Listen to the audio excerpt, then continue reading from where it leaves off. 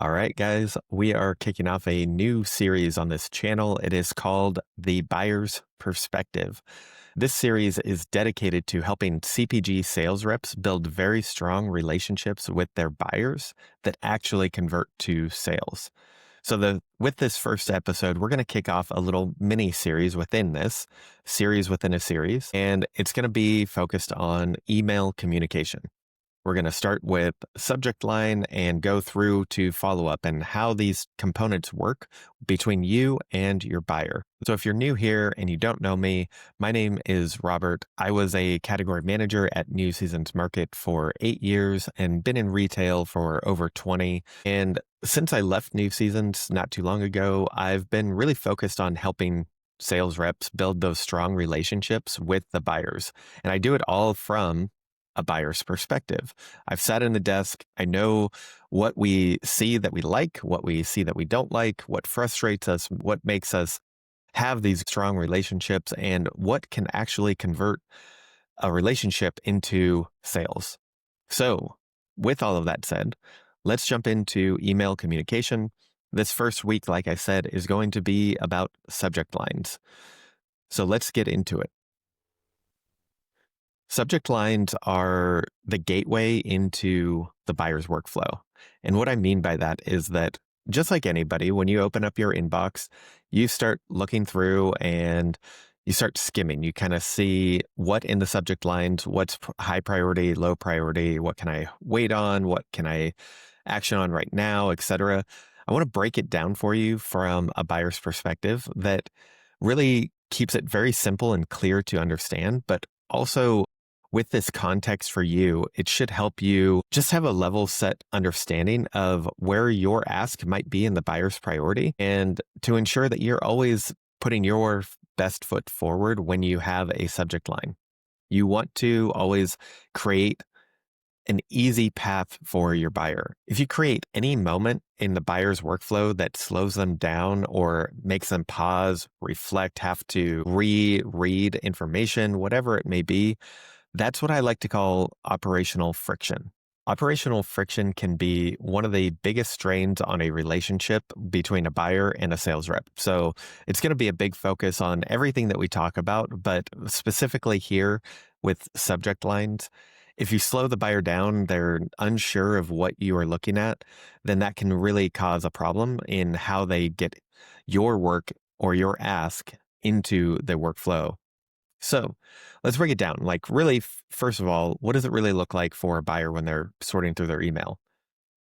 Just like anybody, we open up our inbox, we see what we've got going on for that day or the day before after we left. There's certain requests. I usually go back to the day before and try to hit anything unread that I may have missed.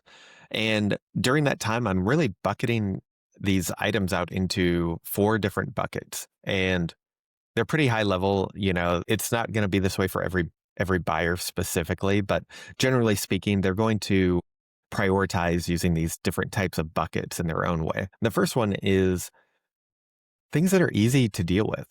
If it's a 2-minute or less task and something that I can take care of really quickly with less mental load, I can do that really quick and just get it done with. Then there's going to be things that require thinking or maybe investigating, something that has to be looked into, and it's going to be over 2 minutes. That still could be a high priority, but as I'm sorting through, I want to continue looking and see where is my highest priority first. So even though that could be a higher priority, I'm still going to continue scanning until I get to finish bucketing these items out and making sure that I'm set for the highest priority that I need for that day or that moment. The next would be requiring anything that requires cleanup, anything where you can tell from the subject line, like, okay, there's an ask there. I have to fix something. I have to put a lot more work into it or go in. It's multiple departments or people that have to be involved. That's going to be a heavier task mentally and the effort that goes into it. And then there's going to be things that I could just tell from the subject line. You can wait. So low priority. It's going to be one of the lowest priorities, not easy to take care of in 2 minutes, or it's something that is needing to be done that's on a further timeline. So those are kind of the four main buckets that we look at. And those decisions, they really happen fast. We are tight for time like everybody, and we're making those decisions in really in a heartbeat. Like just like that snap of the fingers, we're going through and bucketing out what kind of things do I have to take care of right now before I can even get into my normal workflow or my projects or whatever it is that I need to do.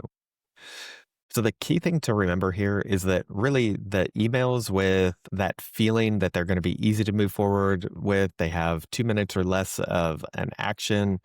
Those are things that will get moved forward pretty quickly.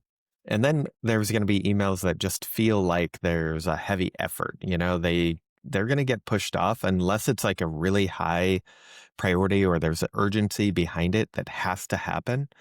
Those things are going to get pushed off a little bit until I can make time in my day to handle them. And that's a really important thing to note is that sometimes those things, they can get pushed off until that urgency level gets to a certain point where it hits its breaking point, and I know as a sales rep, if you're watching this, you feel that like you've got this thing lingering out there. You're waiting for an answer. You're waiting for some kind of confirmation, but you are not getting a response. You have to keep following up. And at that point, it's not anything wrong that you've done necessarily. If the buyer has seen it, they know what the workload is, and they just can't prioritize it right now because it's not the highest priority. That's all that means. And so you just have to be consistent in your follow up, making sure that the buyer is able to continually see that and be persistent with it. Okay, so the next part about this is where that operational friction really comes into play, especially with the subject line. So usually, before we even open the email and can see what the urgency is and all of the details in it, there's problems that can happen with that will just push your email down the bottom of the list of the priorities, which is if I don't know what your subject line means, like if it's a vague subject line, or if the topic is really broad or it's not even shown in the subject line, we can't tell why it really matters right now. So we just don't even look at it until later when we can get back to it. Now, the problem is, do buyers really get back to it? Going back to before, the whole thing is buyers can't get to every single email every day, read through them carefully, respond, and take all of that action. There's just not enough time in the day. So when a buyer sees a subject line that is like that, it's vague and it's not really clear about what the ask is, then that is just extra effort. It's judged heavier and we skip it. It's not that we skip it with intention of never coming back to it. It's just it gets pushed down in the priority list and the chances are more likely that we're not going to get back to it. Not because we don't want to, but because our time is so tight and we are stretched thin. So what does this really mean? Like when I'm looking through an inbox and how does it actually impact me as a buyer if I see these subject lines that aren't very clear or they're vague? So what it means to me, like when I see that is there's extra steps. So this is where the operational friction comes into play.